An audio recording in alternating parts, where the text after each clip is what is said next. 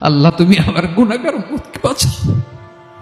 বিশ্বনবী আমার জন্য কাঁদবেন, আপনার জন্য কাঁদবেন, আমাদের জন্য সেদিন কেঁদে কেঁদে জাহান্নামের দরজায় দাঁড়িয়ে আমাদেরকে টেনে টেনে জান্নাতে ঢুকাবেন। কিয়ামতের ময়দানে ওই বিভীষিকাময় সময়ে মুসিবতের কালে মানুষগুলো পাগল হয়ে বিশ্বনবীকে খুঁজতে আরম্ভ করবে। সবাই মিলে বিশ্বনবীর কাছে যেয়ে বলবে, ইয়া রাহমাতাল লিল আলামিন, ইয়া খাতামান নবীন, রাহমাতাল লিল আলামিন। দেখেন আমাদের কি অবস্থা, কি কঠিন বিপদে আমরা আছি, দাঁড়াতে পারি না, সূর্যের আলোতে ঘেমে হয়রান। আজকে কেউ সুপারিশ করতে পারবে না।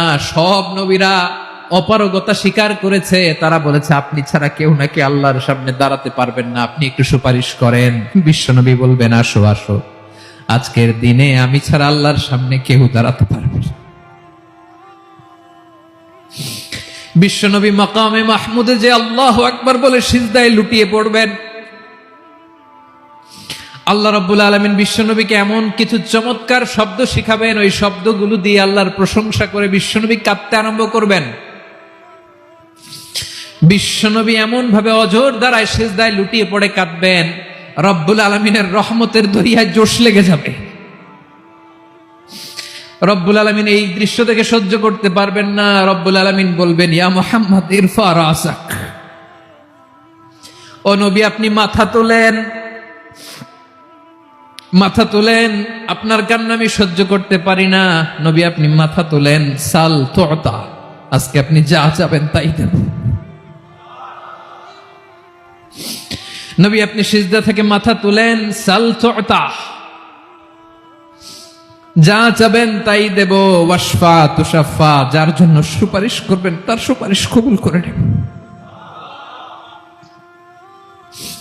বিশ্বনবী এবার মাথা তুলবেন।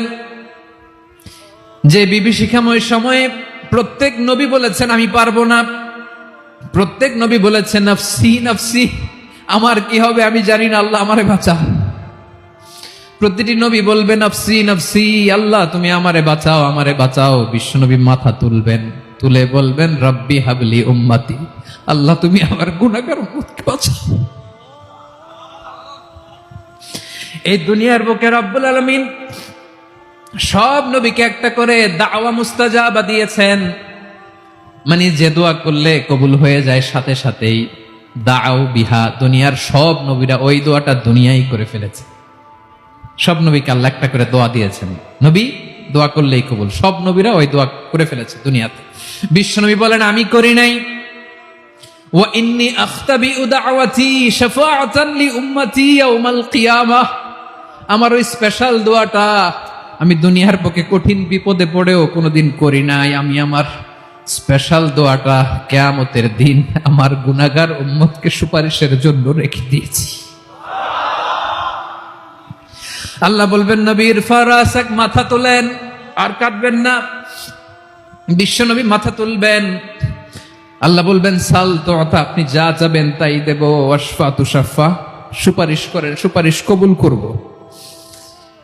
বিশ্বনবী বলবেন আল্লাহ ওই স্পেশাল দোয়াটা দুনিয়াতে করি নাই, আজকে আমি তোমার দরবারে দাঁড়িয়ে কিয়ামতের দিন ওই দোয়াটা করছি। আল্লাহ আমার যে উম্মতের হৃদয়ে যাররা পরিমাণ ঈমান আছে, আমার একটা উম্মতকেও তুই জাহান্নামে ঢুকাতে পারবা না।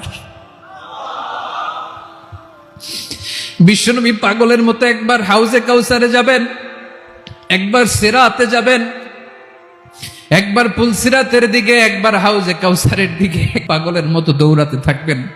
তার কোনো গুনাহগার উম্মত যাতে জাহান্নামে ঢুকে না যায়। সেদিন কেউ সুপারিশ করতে পারবে না বিশ্বনবী ছাড়া। এজন্য 5 নম্বর আল্লাহ বললেন মান যাল্লাযী ইয়াশফাউ ইনদাহু ইল্লা বিইযনিহি, কার সাহস আছে, কার এত বড় বুকের পাটা কিয়ামতের কঠিন দিন আল্লাহর সামনে দাঁড়িয়ে সুপারিশ করবে? কারো ক্ষমতা নাই, কারো ক্ষমতা নাই। বিশ্বনবী সেদিন সিজদায় পড়ে উম্মতের জন্য কাঁদবেন, সবাই কাঁদবে নফসি নফসি, আল্লাহ আমারে বাঁচাও, আল্লাহ আমারে বাঁচাও। বিশ্বনবী বলবেন উম্মতি উম্মতি। বিশ্বনবী আমার জন্য কাঁদবেন, আপনার জন্য কাঁদবেন, আমাদের জন্য সেদিন কেঁদে কেঁদে জাহান্নামের দরজায় দাঁড়িয়ে আমাদেরকে টেনে টেনে জান্নাতে ঢুকাবেন। এজন্যই বিশ্বনবীর ভালোবাসা যেন আমাদের হৃদয়ে ভরপুর থাকে। আমার ভাইয়েরা, প্রতি শুক্রবার বিশ্বনবীর উপরে বেশি বেশি যেন আমরা দুরূদ পড়ি। আমরা যখন বিশ্বনবীর সালাম দেই, দুরূদ পড়ি, একদল স্পেশাল ফেরেশতা আছে যারা বিশ্বনবীর দুধটা নিয়ে সরাসরি বিশ্বনবীর রওজায় যায়, যে বলে অমুকের বেটা অমুক আপনারে সালাম দিয়েছে। বিশ্বনবী নিজ কবরের থেকে নিজেই সালামের উত্তর দেয়।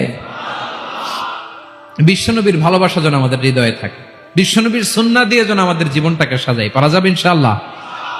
বিশ্বনবীর ভালোবাসা ছাড়া কেউ জান্নাতে ঢুকতে পারবে?